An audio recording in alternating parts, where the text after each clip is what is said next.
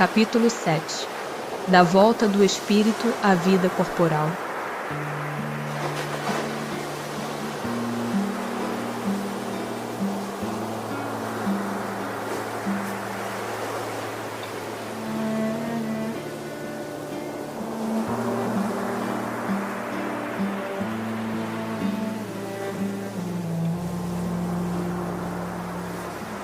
Prelúdio da volta. Sabem os espíritos em que época reencarnarão? Pressentem-na, como sucede ao cego que se aproxima do fogo. Sabem que tem de retomar um corpo, como sabeis que tendes de morrer um dia, mas ignoram quando isso se dará. Então, a reencarnação é uma necessidade da vida espírita, como a morte o é da vida corporal?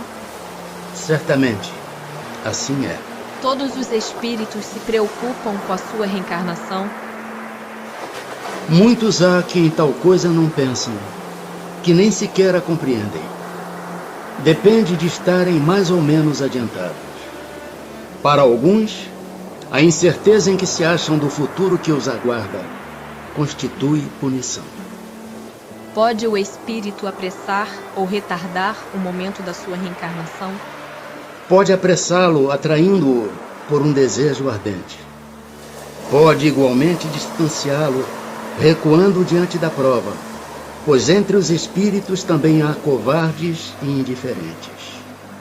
Nenhum, porém, assim procede impunemente, visto que sofre por isso, como aquele que recusa o remédio capaz de curá-lo. Se considerasse bastante feliz, numa condição mediana entre os espíritos errantes, e por consequência não ambicionasse elevar-se, poderia um espírito prolongar indefinidamente esse estado? Indefinidamente não. Cedo ou tarde o espírito sente a necessidade de progredir. Todos têm que se elevar. Esse é o destino de todos. Há predestinação na união da alma com tal ou tal corpo? Ou só a última hora é feita a escolha do corpo que ela tomará? O espírito é sempre de antemão designado. Tendo escolhido a prova que queira submeter-se, pede para encarnar. Ora, Deus que tudo sabe e vê, já antecipadamente sabia e vira que tal espírito se uniria a tal corpo. Cabe ao espírito a escolha do corpo em que encarne, ou somente a do gênero de vida que lhe sirva de prova? Pode também escolher o corpo, por quantas imperfeições que este apresente ainda serão para o espírito provas que lhe auxiliarão o progresso, se vencer os obstáculos que lhe oponha. Nem sempre, porém, lhe é permitida a escolha do seu invólucro corpóreo, mas simplesmente a faculdade de pedir que seja tal ou qual. Poderia o espírito recusar, à última hora, tomar o corpo por ele escolhido? Se recusasse, sofreria muito mais do que aquele que não tentasse prova alguma. Poderia dar-se não haver espírito que aceitasse encarnar numa criança que houvesse de nascer? Deus a isso proveria. Quando uma criança tem que nascer vital, está predestinada sempre a ter uma alma. Nada se cria sem que a criação presida um desígnio. Pode a união do espírito a determinado corpo ser imposta por Deus? Certo. Do mesmo modo que as diferentes provas, mormente quando ainda o espírito não está apto a proceder a uma escolha com conhecimento de causa. Por expiação, pode o espírito ser constrangido a se unir ao corpo de determinada criança que, pelo seu nascimento e pela posição que venha a ocupar no mundo, se lhe torne instrumento de castigo. Se acontecesse que muitos espíritos se apresentassem para tomar determinado corpo destinado a nascer, que é o que decidiria sobre a qual deles pertenceria o corpo? Muitos podem pedi-lo, mas em tal caso, Deus é quem julga qual o mais capaz de desempenhar a missão a que a criança se destina. Porém, como já eu disse, o espírito é designado antes que soe o instante em que haja de unir-se ao corpo. No momento de encarnar, o espírito sofre perturbação semelhante à que experimenta ao desencarnar? Muito maior e, sobretudo, mais longa. Pela morte, o espírito sai da escravidão. Pelo nascimento, entra para ela. É solene para o espírito o instante da sua encarnação? Pratica ele esse ato considerando-o grande e importante? Procede como o viajante que embarca para uma travessia perigosa e que não sabe se encontrará ou não a morte nas ondas que se decide a afrontar. Na incerteza em que se vê quanto às eventualidades do seu triunfo nas provas que vai suportar na vida, tem o espírito uma causa de ansiedade antes da sua encarnação? De ansiedade bem grande, pois que as provas da sua existência o retardarão ou farão avançar conforme as suporte. No momento de reencarnar, o espírito se acha acompanhado de outros espíritos, seus amigos, que vêm assistir a sua partida do mundo incorpóreo, como vem recebê-lo quando para lá volta? Depende da esfera a que pertença. Se já está nas esferas em que reina a afeição, os espíritos que lhe querem o acompanham até o último momento.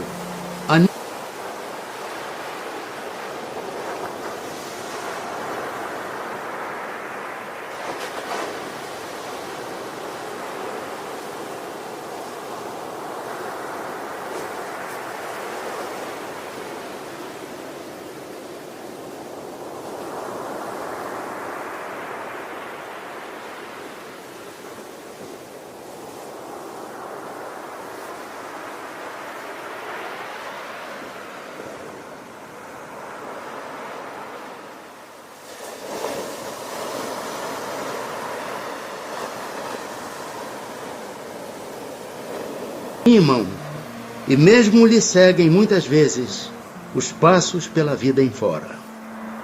Os que vemos em sonho, que nos testemunham afeto e que se nos apresentam com desconhecidos semblantes, são alguma vez os espíritos amigos que nos seguem os passos na vida? Muito frequentemente são eles que vos vêm visitar, como ides visitar um encarcerado. União da alma e do corpo. Em que momento a alma se une ao corpo? A união começa na concepção, mas só é completa por ocasião do nascimento. Desde o instante da concepção, o espírito designado para habitar certo corpo, a este se liga por um laço fluídico que cada vez mais vai se apertando até ao instante em que a criança vê a luz. O grito que o recém-nascido solta anuncia que ela se conta no número dos vivos e dos servos de Deus. É definitiva a união do espírito com o corpo desde o momento da concepção?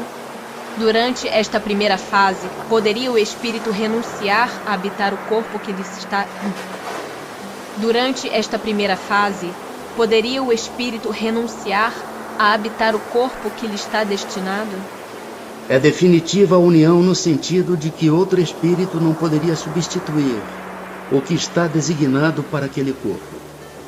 Mas como os laços que ao corpo o prendem são ainda muito fracos, facilmente se rompem e podem romper-se por vontade do espírito, se este recua diante da prova que escolheu. Em tal caso, porém, a criança não vinga. Que faz o espírito se o corpo que ele escolheu morre antes de se verificar o nascimento? Escolhe outro. Qual a utilidade dessas mortes prematuras? Dão-lhes causa, as mais das vezes, as imperfeições da matéria. Que utilidade encontrará um espírito na sua encarnação em um corpo que morre poucos dias depois de nascido? O ser não tem então consciência plena da sua existência.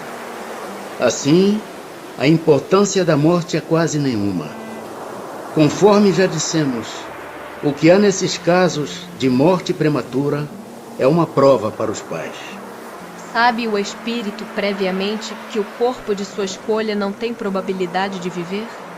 Sabe-o algumas vezes. Mas se nessa circunstância reside um motivo da escolha, isso significa que está fugindo à prova. Quando falha por qualquer causa a encarnação de um espírito, é ela suprida imediatamente por outra existência? Nem sempre o é imediatamente. Faz-se necessário dar ao espírito tempo para proceder à nova escolha, a menos que a reencarnação imediata corresponda à anterior determinação. Uma vez unido ao corpo da criança, e quando já lhe não é possível voltar atrás, sucede alguma vez deplorar o espírito a escolha que fez? Perguntas se, como homem, se queixa da vida que tem? Se desejara que outra fosse ela? Sim. Se arrepende da escolha que fez? Não, pois não sabe ter sido sua a escolha. Depois de encarnado, não pode o espírito lastimar uma escolha de que não tem consciência. Pode, entretanto, achar pesada demais a carga e considerá-la superior às suas forças. É quando isso acontece que recorre ao suicídio. No intervalo que medeia da concepção ao nascimento, goza o espírito de todas as suas faculdades? Mais ou menos, conforme o ponto em que se ache dessa fase, porquanto ainda não está encarnado, apenas ligado. A partir do instante da concepção, começa o espírito a ser tomado de perturbação, que o adverte, que lhe soou o momento de começar nova existência corpórea. Essa perturbação cresce de contínuo até o nascimento. Nesse intervalo, seu estado é quase idêntico ao de um espírito encarnado durante o sono. À medida que a hora do nascimento se aproxima, suas ideias se apagam, assim como a lembrança do passado, do qual deixa de ter consciência na condição de homem logo que entra na vida. Essa lembrança, porém, lhe volta pouco a pouco ao retornar ao estado de espírito. Imediatamente ao nascer, recobra o espírito a plenitude das suas faculdades? Não. Elas se desenvolvem gradualmente com os órgãos. O espírito se acha numa existência nova. Preciso é que aprenda a servir-se dos instrumentos de que dispõe. As ideias lhe voltam pouco a pouco como uma pessoa que desperta e se vê em situação diversa da que ocupava na véspera. Não sendo completa a união do espírito ao corpo, não estando definitivamente consumada, senão depois do nascimento, poder-se-á considerar o feto como dotado de alma? O espírito que o vai animar existe, de certo modo, fora dele. O feto não tem, pois, propriamente falando, uma alma, visto que a encarnação está apenas em via de operar-se. Acha-se, entretanto, ligado à alma que virá a possuir. Como se explica a vida intrauterina? É a da planta que vegeta. A criança vive vida animal. O homem tem a vida vegetal e a vida animal, que pelo seu nascimento se completam com a vida espiritual. Há de fato, como o indica a ciência, crianças que já no seio materno não são vitais? Com que fim ocorre isso? Frequentemente isso se dá, e Deus o permite como prova, quer para os pais do recém-nascido, quer para o espírito designado a tomar lugar entre os vivos. Entre os natimortos, alguns haverá que não tenham sido destinados à encarnação de espíritos? Alguns há, efetivamente, a cujos corpos nunca nenhum espírito esteve destinado. Nada tinha que se efetuar para eles. Tais crianças, então, só vêm por seus pais. Pode chegar a termo de nascimento um ser dessa natureza? Algumas vezes, mas não vive. Segue-se daí que toda criança que vive após o nascimento tem forçosamente encarnado em si um espírito? Que seria ela se assim não acontecesse? Não seria um ser humano. Que consequências tem para o espírito o aborto? É uma existência nulificada e que ele terá de recomeçar. Constitui crime a provocação do aborto em qualquer período da gestação? Há crime sempre que transgredis a lei de Deus. Uma mãe, ou quem quer que seja, cometerá crime sempre que tirar a vida a uma criança antes do seu nascimento. Por isso que impede uma alma de passar pelas provas a que serviria de instrumento o corpo que se estava formando. Dado o caso que o nascimento da criança pusesse em perigo a vida da mãe dela, haverá crime em sacrificar-se a primeira para salvar a segunda? Preferível é se sacrifique o ser que ainda não existe, a sacrificar-se o que já existe. Será racional ter-se para com um feto as mesmas atenções que se dispensam ao corpo de uma criança que viveu algum tempo? Vede em tudo isso a vontade e a obra de Deus. Não trateis, pois, desatenciosamente, coisas que deveis respeitar. Por que não respeitar as obras da criação, algumas vezes incompletas por vontade do Criador? Tudo ocorre segundo os seus desígnios, e ninguém é chamado para ser seu juiz. Faculdades morais e intelectuais do homem. Qual a origem das qualidades morais, boas ou mais, do homem? São as do espírito nele encarnado. Quanto mais puro é esse espírito, tanto mais propenso ao bem é o homem. Seguir-se-á daí que o homem de bem é a encarnação de um bom espírito e o homem vicioso a de um espírito mau? Sim. Mas dize antes que o homem vicioso é a encarnação de um espírito imperfeito, pois do contrário poderias fazer crer na existência de espíritos sempre maus, a que chamais demônios. Qual o caráter dos indivíduos em que encarnam espíritos desajuizados e levianos? São indivíduos maliciosos e não raro criaturas malfazejas. Têm os espíritos paixões de que não partilhe a humanidade? Não, que de outro modo vô-las teriam comunicado. O mesmo espírito dá ao homem as qualidades morais e as da inteligência? Certamente. E isso em virtude do grau de adiantamento a que se haja elevado. O homem não tem em si dois espíritos. Por que é que alguns homens muito inteligentes, o que indica acharem-se encarnado neles espíritos superiores, são ao mesmo tempo profundamente viciosos? É que não são ainda bastante puros os espíritos encarnados nesses homens, que então, e por isso, cedem à influência de outros espíritos mais imperfeitos. O espírito progride em insensível marcha ascendente, mas o progresso não se efetua simultaneamente em todos os sentidos. Durante um período da sua existência, ele se adianta em ciência, em outro período, em moralidade. Que se deve pensar da opinião dos que pretendem que as diferentes faculdades intelectuais e morais do homem resultam da encarnação nele de outros tantos espíritos diferentes entre si, cada um com uma aptidão especial? Refletindo, reconhecereis que é absurda. O espírito tem que ter todas as aptidões. Para progredir, precisa de uma vontade única. Se o homem fosse um amálgama de espíritos, essa vontade não existiria e ele careceria de individualidade, pois que por sua morte, todos aqueles espíritos formariam um bando de pássaros escapados da gaiola. Queixa-se a miúde o homem de não compreender certas coisas, e no entanto curioso é ver-se como multiplica as dificuldades, quando tem ao seu alcance explicações muito simples e naturais.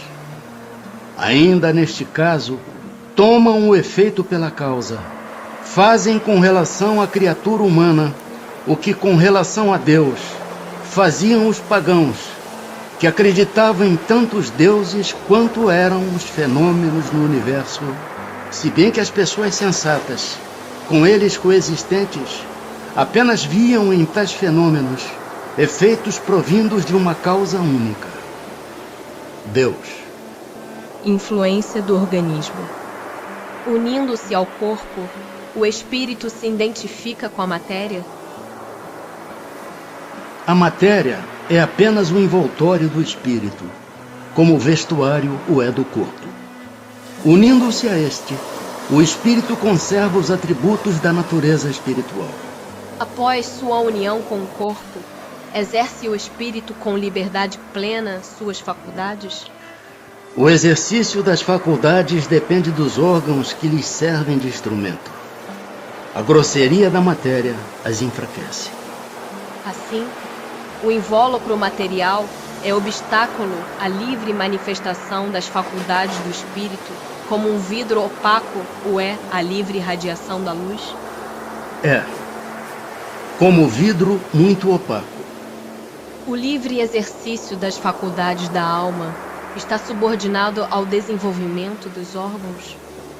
Os órgãos são os instrumentos da manifestação das faculdades da alma, manifestação que se acha subordinada ao desenvolvimento e ao grau de perfeição dos órgãos, como a excelência de um trabalho está para a excelência da ferramenta própria à sua execução. Da influência dos órgãos, se pode inferir a existência de uma relação entre o desenvolvimento dos do cérebro e o das faculdades morais e intelectuais? Não confundais o efeito com a causa. O espírito dispõe sempre das faculdades que lhe são próprias. Ora, não são os órgãos que dão as faculdades, e sim estas que impulsionam o desenvolvimento dos órgãos. Dever-se-á deduzir daí que a diversidade das aptidões entre os homens deriva unicamente do estado do espírito? O termo unicamente não exprime com toda a exatidão o que ocorre. O princípio dessa diversidade reside nas qualidades do espírito, que pode ser mais ou menos adiantado. Cumpre, porém, se leva em conta a influência da matéria que, mais ou menos, lhe cerceia o exercício de suas faculdades. Idiotismo, loucura. Tem algum fundamento o pretender-se que a alma dos cretinos e dos idiotas é de natureza inferior? Nenhum. Eles trazem almas humanas, não raro mais inteligentes do que supondes, mas que sofrem da insuficiência dos meios de que dispõem para se comunicar, da mesma forma que o mudo sofre da impossibilidade de falar. Que objetivo visa a providência, criando seres desgraçados como os cretinos e os idiotas? Os que habitam corpos de idiotas são espíritos sujeitos a uma punição. Sofrem por efeito do constrangimento que experimentam e da impossibilidade em que estão de se manifestarem mediante órgãos não desenvolvidos ou desmantelados. Não há, pois, fundamento para dizer-se que os órgãos nada influem sobre as faculdades? Nunca dissemos que os órgãos não têm influência. Tem-na muito grande sobre a manifestação das faculdades. Mas não são eles a origem destas. Aqui está a diferença. Um músico excelente, com um instrumento defeituoso, não dará a ouvir boa música, o que não fará que deixe de ser bom músico. Qual será o mérito da existência de seres que, como os cretinos e os idiotas, não podendo fazer o bem nem o mal, se acham incapacitados de progredir?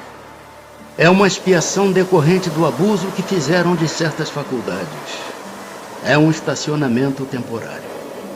Pode assim o corpo de um idiota conter um espírito que tenha animado um homem de gênio em precedente existência? Certo. O gênio se torna por vezes um flagelo quando dele abusa o homem. Na condição de espírito livre, tem o idiota consciência do seu estado mental? Frequentemente tem. Compreende que as cadeias que lhe impedem ao voo são prova e expiação. Qual, na loucura, a situação do espírito? O espírito, quando em liberdade, recebe diretamente suas impressões e diretamente exerce sua ação sobre a matéria. Encarnado, porém, ele se encontra em condições muito diversas e na contingência de só o fazer com o auxílio de órgãos especiais. Altere-se uma parte ou o conjunto de tais órgãos, e eis que se lhe interrompem, no que destes dependam a ação ou as impressões. Se perde os olhos, fica cego. Se perde o ouvido, torna-se surdo, e etc. Imagina agora que seja o órgão que preside às manifestações da inteligência, o atacado ou modificado, parcial ou inteiramente, e fácil te será compreender que só tendo o espírito a seu serviço, órgãos incompletos ou alterados, uma perturbação resultará de que ele, por si mesmo, e no seu foro íntimo, tem perfeita consciência, mas cujo curso não lhe está nas mãos deter. Então, o desorganizado é sempre o corpo e não o espírito? Exatamente. Mas convém não perder de vista que, assim como o espírito atua sobre a matéria, também esta reage sobre ele, dentro de certos limites, e que pode acontecer impressionar seu espírito temporariamente com a alteração dos órgãos pelos quais se manifesta e recebe as impressões. Pode mesmo suceder que, com a continuação, durando longo tempo a loucura, a repetição dos mesmos atos acabe por exercer sobre o espírito uma influência de que ele não se libertará, senão depois de se haver libertado de toda a impressão material. Por que razão a loucura leva o homem algumas vezes ao suicídio? O espírito sofre pelo constrangimento em que se acha e pela impossibilidade em que se vê de manifestar-se livremente, donde o procurar na morte um meio de quebrar seus grilhões. Depois da morte, o espírito do alienado se ressente do desarranjo de suas faculdades? Pode ressentir-se durante algum tempo após a morte, até que se desligue completamente da matéria, como o homem que desperta se ressente por algum tempo da perturbação em que o lançara o sono. De que modo a alteração do cérebro reage sobre o espírito depois da morte? Como uma recordação. Um peso oprime o espírito, e como ele não teve a compreensão de tudo o que se passou durante a sua loucura, sempre se faz necessário um certo tempo, a fim de se pôr ao corrente de tudo. Por isso é que quanto mais durar a loucura no curso da vida terrena, tanto mais lhe durará a incerteza, o constrangimento depois da morte.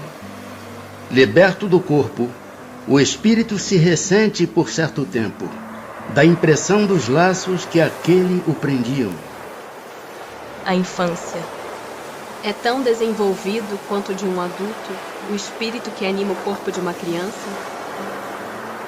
Pode até ser mais, se mais progredido.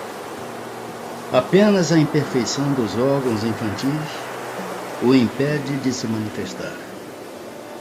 Ele obra de conformidade com o instrumento de que dispõe. Abstraindo do obstáculo que a imperfeição dos órgãos opõe à sua livre manifestação, o espírito, numa criancinha, pensa como criança ou como adulto?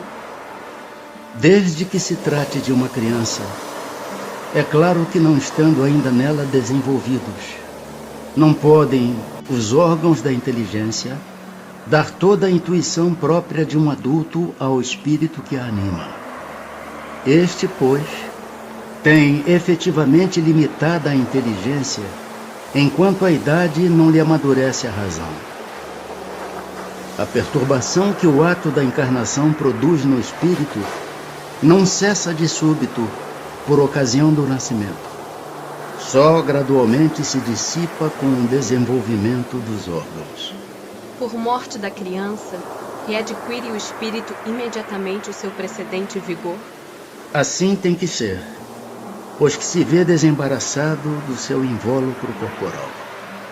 Entretanto, não readquire a anterior lucidez, senão quando se tenha completamente separado daquele envoltório, isto é, quando mais nenhum laço exista entre ele e o corpo. Durante a infância, sofre o espírito encarnado em consequência do constrangimento que a imperfeição dos órgãos lhe impõe? Não. Esse estado corresponde a uma necessidade. Está na ordem da natureza e de acordo com as vistas da providência. É um período de repouso do espírito. Qual, para este, a utilidade de passar pelo estado de infância? Encarnando com o objetivo de se aperfeiçoar, o espírito, durante esse período, é mais acessível às impressões que recebe, capazes de lhe auxiliarem no adiantamento, para o que devem contribuir os incumbidos de educá-lo. Porque é o choro a primeira manifestação da criança ao nascer? Para estimular o interesse da genitora e provocar os cuidados que são necessários. Não é evidente que, se suas manifestações fossem todas de alegria, quando ainda não sabe falar, pouco se preocupariam os que o cercam com os cuidados que lhe são indispensáveis? Admirai, pois, em tudo a sabedoria da providência. Que é o que motiva a mudança que se opera no caráter do indivíduo em certa idade, especialmente ao sair da adolescência? É que o espírito se modifica? É que o espírito retoma a natureza que lhe é própria e se mostra qual era. Não conheceis o que a inocência das crianças oculta. Não sabeis o que elas são, nem o que foram, nem o que serão. Contudo, a afeição lhes tendes, as acariciais, como se fossem parcelas de vós mesmos, a tal ponto que se considera o amor que uma mãe consagra a seus filhos como o maior amor que um ser possa votar a outro. Donde nasce o meigo afeto, a terna benevolência que mesmo os estranhos sentem por uma criança? Sabeis? Não. Pois bem, vou explicar. As crianças são os seres que Deus manda a novas existências, para que não lhe possam imputar excessiva severidade. Dá-lhes ele todos os aspectos da inocência. Ainda quando se trata de uma criança de maus pendores, cobrem-se-lhe as más ações com a capa da inconsciência. Essa inocência não constitui superioridade real com relação ao que eram antes. Não. É a imagem do que deveriam ser. E se não o são, o consequente castigo exclusivamente sobre elas recai. Não foi, todavia, por elas somente que Deus lhes deu esse aspecto de inocência. Foi também e sobretudo por seus pais, de cujo amor necessita a fraqueza que as caracteriza. Ora, esse amor se enfraqueceria grandemente à vista de um caráter áspero e intratável, ao passo que, julgando seus filhos bons e dóceis, os pais lhes dedicam toda a afeição e os cercam dos mais minuciosos cuidados. Desde que, porém, os filhos não mais precisam da proteção e assistência que lhes foram dispensadas durante 15 ou 20 anos, surge-lhes o caráter real e individual em toda a nudez. Conservam-se bons, se eram fundamentalmente bons, mas sempre pontuados de matizes que a primeira infância manteve ocultos.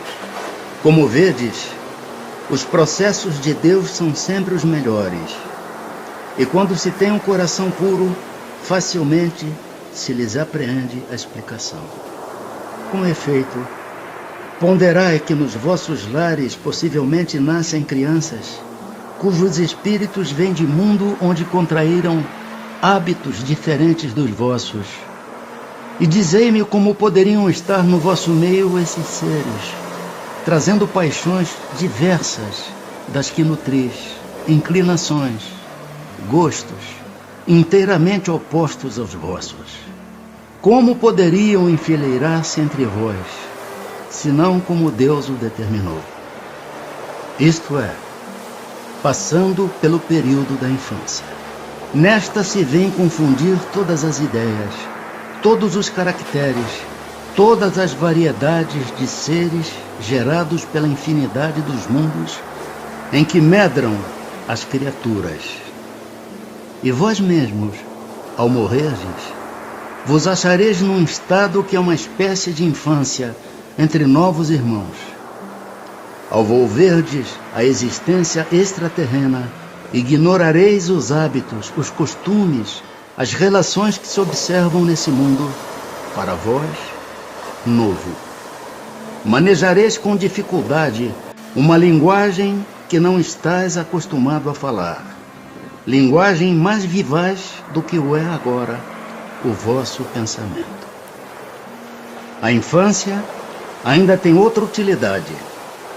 Os espíritos só entram na vida corporal para se aperfeiçoarem, para se melhorarem.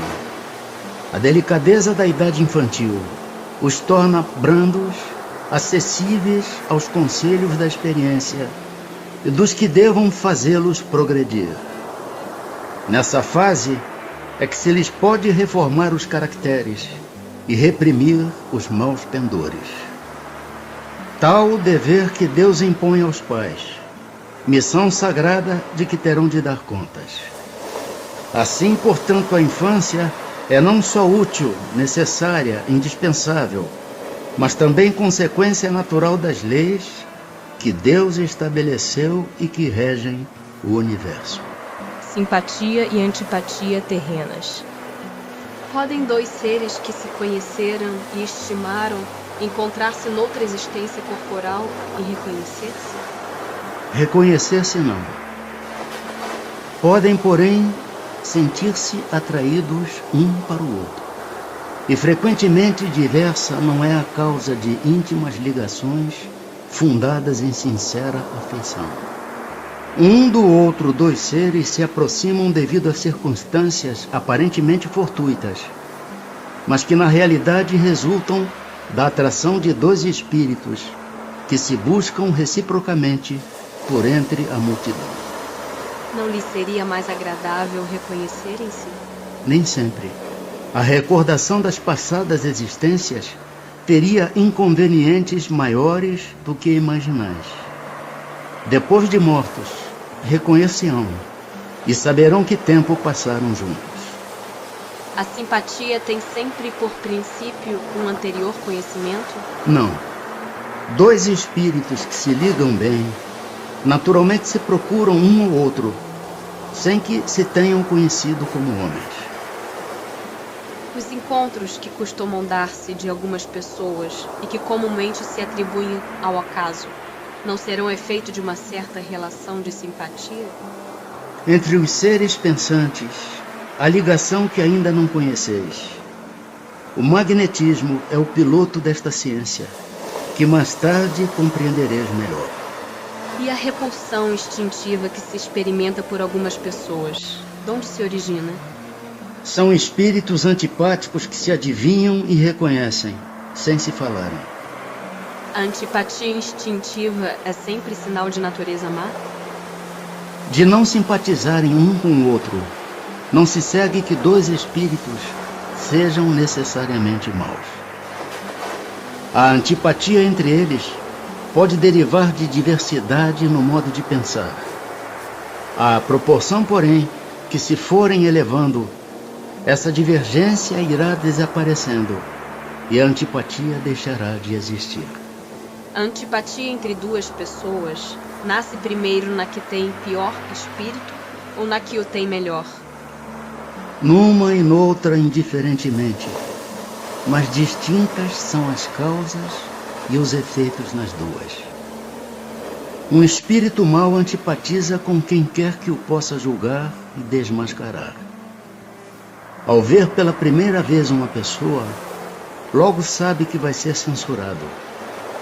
Seu afastamento dessa pessoa se transforma em ódio, em inveja, e lhe inspira o desejo de praticar o mal. O bom espírito sente repulsão pelo mal, por saber que este o não compreenderá, e porque diferentes dos dele são os seus sentimentos. Entretanto, consciente da sua superioridade, não alimenta ódio nem inveja contra o outro. Limita-se a evitá-lo e a lastimá-lo. Esquecimento do passado. Por que perde o espírito encarnado a lembrança do seu passado? Não pode o homem nem deve saber tudo. Deus assim o quer em sua sabedoria. Sem o véu que lhe oculta certas coisas, ficaria ofuscado, como quem sem transição saísse do escuro para o claro. Esquecido do seu passado, ele é mais senhor de si. Como pode o homem ser responsável por atos e resgatar faltas de que não se lembra? Como pode aproveitar da experiência de vidas de que se esqueceu? Concebe-se que as tribulações da existência lhe servissem de lição se recordasse do que as tenha podido ocasionar. Desde que, porém, disso não se recorda, cada existência é para ele como se fosse a primeira, e eis que então está sempre a recomeçar. Como conciliar isto com a justiça de Deus? Em cada nova existência, o homem dispõe de mais inteligência e melhor pode distinguir o bem do mal. Onde o seu mérito, se lembrasse de todo o passado? Quando o espírito volta à vida anterior, à vida espírita, diante dos olhos se lhe estende toda a sua vida pretérita.